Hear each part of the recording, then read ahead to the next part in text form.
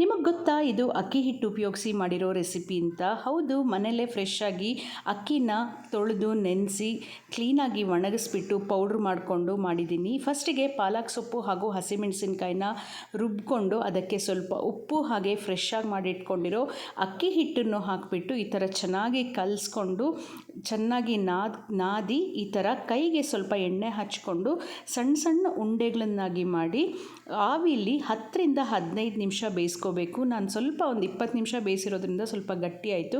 10ರಿಂದ 15 ನಿಮಿಷ ಬೇಯಿಸಿದ್ರಿಂದ ಕರೆಕ್ಟಾಗಿರುತ್ತೆ.